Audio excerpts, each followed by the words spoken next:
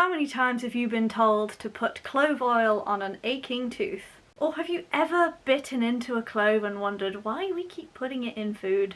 I hope it's at least once, otherwise this video is not gonna call out to you as much as I hope it would.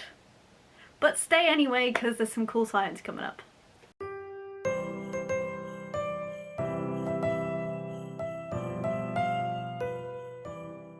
Just a quick one today with some surface level science. Sources for a deep dive will as always be down in the description below.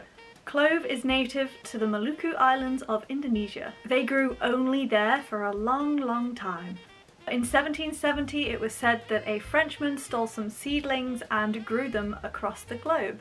It particularly took off in the Ile-de-France and Zanzibar. Until that point though, clove moved around the globe via trade. When the Dutch East India Company seized control of the nutmeg trade, which you can learn more about up here in this handy video, they tried as well to get monopoly of the clove trade. But because clove growth is across the Indonesian islands, they didn't have as much success. Nutmeg is only on the Banda Islands. Clove was just beyond the limited powers of the Dutch East India Company. The active component in clove is eugenol, which I will write on screen here for the nerds. And eugenol has multiple uses in cosmetics, food, and in medicine. Clove oil has been used in Chinese traditional medicine as an antispasmodic, an antibacterial, and an antiseptic. There hasn't been a ton of studies in humans, but here is everything we know so far.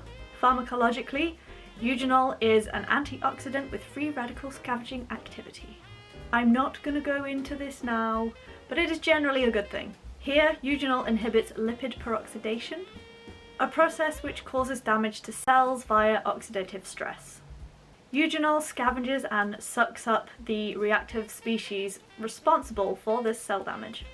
Antibacterially, eugenol has been shown to damage both gram-positive and gram-negative bacteria by leaching both fats and proteins out of their cell membrane. This leads to cell lysis and cell death of invading bacteria.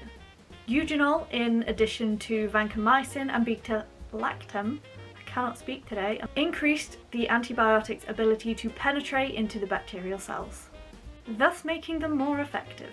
Eugenol has also been shown to be effective against E. coli, H. pylori, B. cereus, and strains of staph and strains of strep.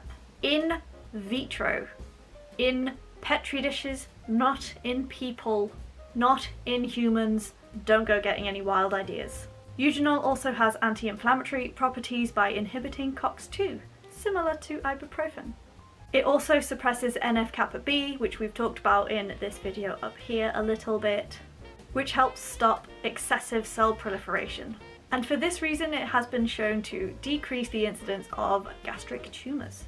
It also lowers inflammatory cytokines like TNF-alpha, TNF-beta, interferon gamma, suggesting a use in arthritis treatments. This has only been demonstrated in an ankle joint so far. In rabbits, it can alleviate a fever, and it's thought that it does this in a similar mechanism to paracetamol. But before you rush to drink as much clove oil as you can stomach, you should know that it is toxic in large amounts. While it is safe as a food additive and a dental agent, it's not necessarily safe just to swig from a bottle. At high doses, it is toxic.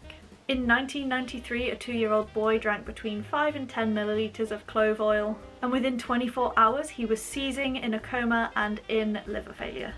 He had similar symptoms as someone with paracetamol poisoning. Thankfully, after a week in hospital and intensive treatment, he made a full recovery.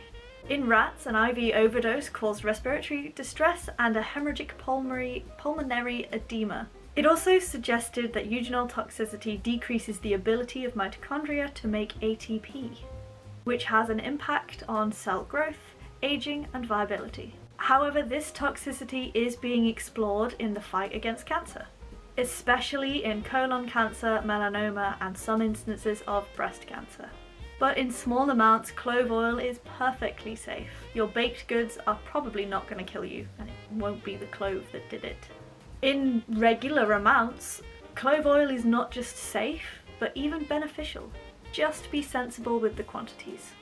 So I hope you liked that little tidbit of information about clove. It bothered me ever since I had tooth pain and people kept telling me clove.